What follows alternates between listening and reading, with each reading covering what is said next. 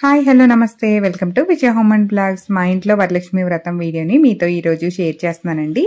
నిన్నటి వీడియోలో వరలక్ష్మి వ్రతానికి ముందు రోజు నేను ఇంట్లో చేసుకున్న పనులు ఏంటి అనేది మీకు వీడియో పెట్టాను కదా. ఎవరైనా చూడకపోతే ఒకసారి ఆ వీడియో కూడా చూసేయండి. అలాగే ఫస్ట్ టైం మన ఛానల్ని చూస్తున్నట్టయితే తప్పకుండా సబ్స్క్రైబ్ చేసుకోండి. మరి వరలక్ష్మి వ్రతానికి అమ్మవారికి నైవేద్యాలు పెడుతూ ఉంటాం కదండి. కొంతమంది 5 రకాలు పెడతారు, కొంతమంది 9 రకాలు, కొంతమంది 16 రకాలు అలా పెడుతూ ఉంటారు కదా. నేనైతే ఇక్కడ 5 రకాలు పెడుతున్నానండి ప్రతి సంవత్సరం కూడా. ఇక ఈసారి కూడా అదే విధంగా పరమాన్నము, పులిహార, బూరెలు, గారెలు, అలాగే చలిమిడ వడపప్పు పెట్టానన్నమాట. దాంతోపాటు నానబెట్టిన శనగలు కూడా తాలింపు వేసి పెట్టాను. ఇక్కడైతే అవన్నీ రెడీ అయిపోయాయండి. గారెలు వేస్తున్నాను. తర్వాత ఇక్కడ బూరెలకు వచ్చేసి పప్పు ఉడక పెడుతున్నానండి. అంటే ఉడకపెట్టిన దాంట్లో బెల్లం వేసి పాకం పెడతాం కదా, పూర్ణం చేస్తున్నాను అనమాట. ఒక పక్క ఇది అవుతూ ఉంది. ఆల్రెడీ పులిహార, పరమాన్నం రెడీ అయిపోయినాయండి. ఇంకా బూరెలు వేయాలి, అలాగే శనగలు ఒకటి తాలింపు వేసుకోవాలంతే. మిగిలినంతా రెడీ అనమాట. దాంతోపాటు ఉదయాన్నే పూజ అయితే అయిపోయిందండి ఇంట్లోనే. తర్వాత ఇంకా అమ్మవారిని ఇక్కడ పెట్టడానికి డెకరేషన్ కోసమని ఇక్కడ విండో వచ్చింది. దానికి ఇలాగా పింక్ కలర్ కర్టెన్ ఒకటి వేసేసి, నాదొకటి ప్లెయిన్ సారీ ఎల్లో కలర్ది ఉంటే దాన్ని ఇలాగా సైడు కర్టెన్ లాగా వేసానండి. అంటే బ్యాక్గ్రౌండ్ డెకరేషన్కి అనమాట. వాటిపైన ఇలాగా బటర్ఫ్లైస్ హ్యాంగింగ్స్ నేను ఇంట్లో తయారు చేసుకున్నవేనండి. వాటిని కూడా ఇలాగా పిన్తో హ్యాంగ్ చేశాను అనమాట. ఇలా బ్యాక్గ్రౌండ్ డెకరేషన్ అయితే సింపుల్గా రెడీ చేసుకున్నాను. తర్వాత పీటకి పసుపది రాసేసి కొంచెం వరిపిండి, పసుపు, కుంకుమతో ఇలాగా ముగ్గు అనేది వేసుకున్నాను. దానిపైన ఇంకోటి కొత్తది బ్లౌజ్ పీస్ మడత పెట్టి వేసేసుకున్నానండి. ఇక్కడ ఏంటంటే అమ్మవారి ఫోటో అది పెడతాను. తర్వాత వచ్చేసి పక్కన స్టూల్ పెట్టేసి అమ్మవారికి శారీ కట్టడానికి అనమాట. ఒక చిన్న బిన్ను ఉంది కదా, దానికి ఇలాగా పైన ఇంకొక చెంబు, దానిపైన చిన్న రాగి చెంబు పెట్టేసి కర్ర కట్టి పెట్టేశానండి. వీంట్లో బియ్యం నింపేశాను అనమాట.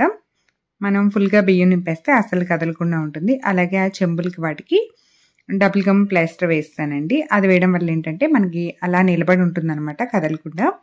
తర్వాత నేను అమ్మవారి కోసం తీసుకున్న శారీ అయితే ఇదండి. మంచి డార్క్ గ్రీన్ కలర్ వచ్చింది. దానికి ఇలాగా లైట్ గ్రీన్ కలర్లో, అంటే కొంచెం ప్యారెట్ గ్రీన్ ఎల్లో మిక్స్ అయినట్టుగా బార్డర్ వచ్చిందండి 2 సైడ్స్ కూడా. చీర అయితే చాలా మెత్తగా బాగుంది, కొంచెం కాటన్ మిక్స్లో ఉంటుంది. దాన్ని ఏంటంటే చక్కగా ముందు రోజే అన్ని ఫ్రిల్స్ పెట్టేసి ఇలాగా క్లిప్స్ పెట్టేసాను అనమాట. ఇలాంటి పనులన్నీ ముందు రోజు చేసి పెట్టేసుకున్నాం అనుకోండి, తెల్లారి మనం చాలా సింపుల్గా అమ్మవారికి శారీ కట్టడం కానీ పనులన్నీ కూడా ఫాస్ట్గా అయిపోతాయండి. నేనైతే ఇక్కడ మనం రెడీ చేసుకున్న చెంబు అవి ఉన్నాయి కదా, అంటే బిందికి కడుతున్నాను కదా, ఇది చక్కగా ఇలా పెట్టేసుకుని ఒక పిన్ పెట్టేసుకున్నాను. తర్వాత ఇక్కడ నేనేం చేశానంటే పెద్ద బార్డర్ వచ్చేది కింద వైపుకి, చిన్న బార్డర్ వచ్చేది ఇలాగా పై వైపుకి, అంటే డబల్ లేయర్లో అమ్మవారికి శారీ డ్రాపింగ్ చేస్తున్నానండి. ఈ విధంగా పెట్టుకున్న తర్వాత మనకి అడుగు నుంచి కొంగు తీసి వెనక వైపుకి పెట్టేసుకుంటే మనకి కింద వేసిన స్టూల్ కానీ పెట్టిన బిందె కానీ కనిపించకుండా ఉంటుంది. ఈ క్లిప్స్ అనేవి పెట్టుకోవడం వల్ల ఏంటంటే మనకి ఇలాగా చీర కొంచెం కదలకుండా కుచ్చులు అవి నీట్గా రావడానికి హెల్ప్ అవుతుందండి.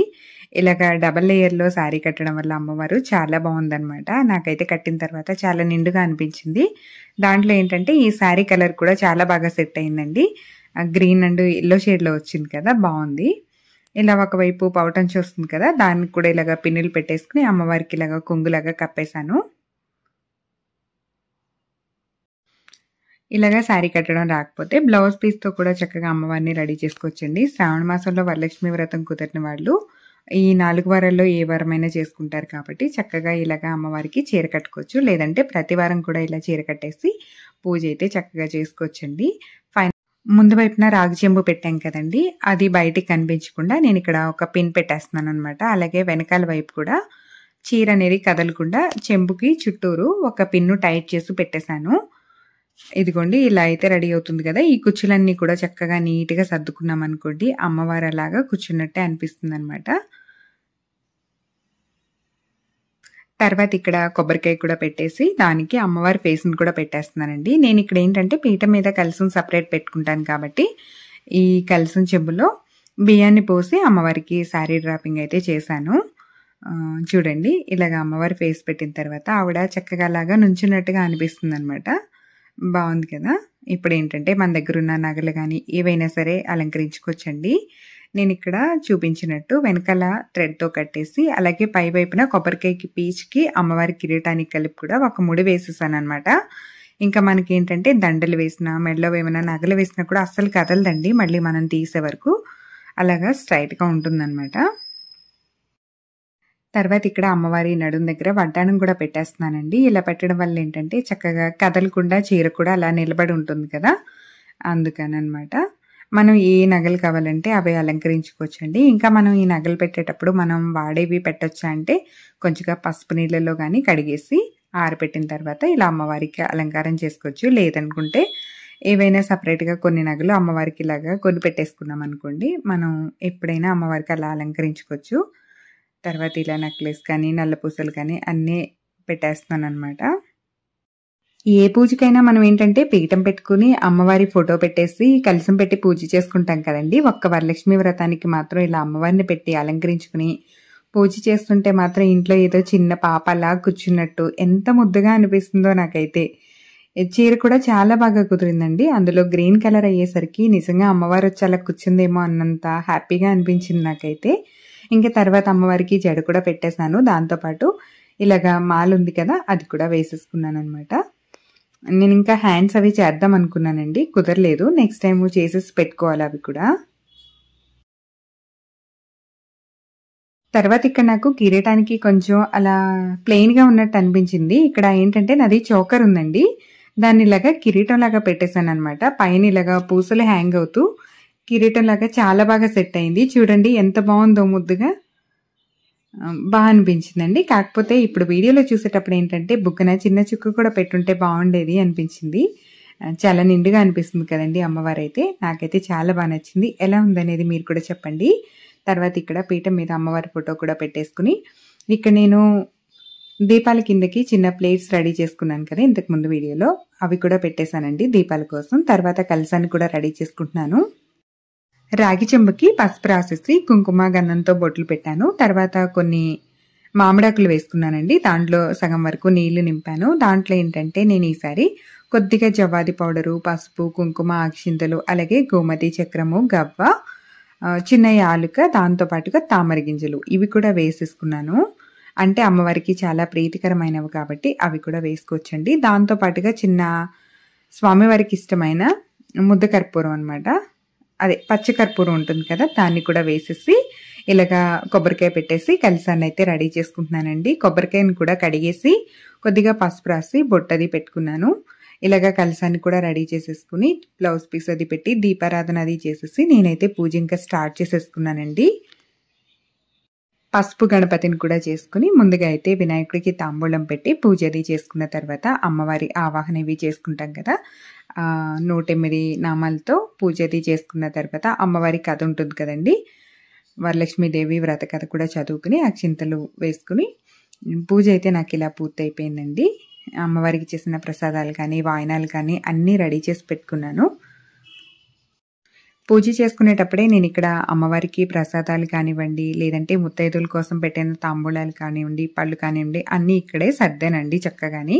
అంటే చూడడానికి నిండుగా కనిపించాలి, అమ్మవారు అందంగా ఉండాలి. మన పూజలు కూడా మధ్యలో ప్రతిదానికి లేచి వెళ్ళేటట్టు ఉండకూడదు కదా, అందుకని అన్నీ కూడా ముందుగానే దగ్గర పెట్టుకున్న తర్వాతే పూజ స్టార్ట్ చేశానండి. ఏంటంటే కూర్చున్న తర్వాత 1-2 సార్లు లేస్తే మనకి పూజ చేసినట్టు కూడా అనిపించదు అనమాట.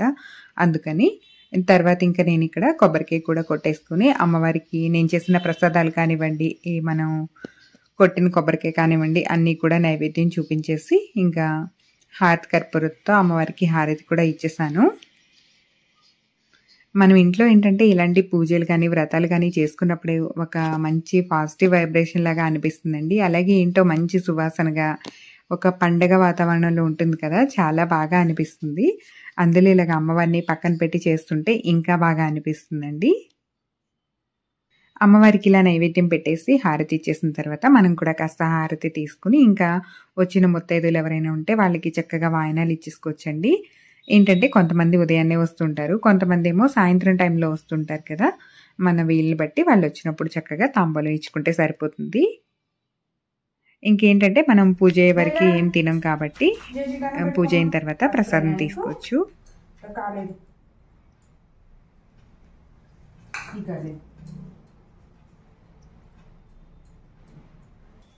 సరే ఓకేనా, పూజ అయిపోయిందా?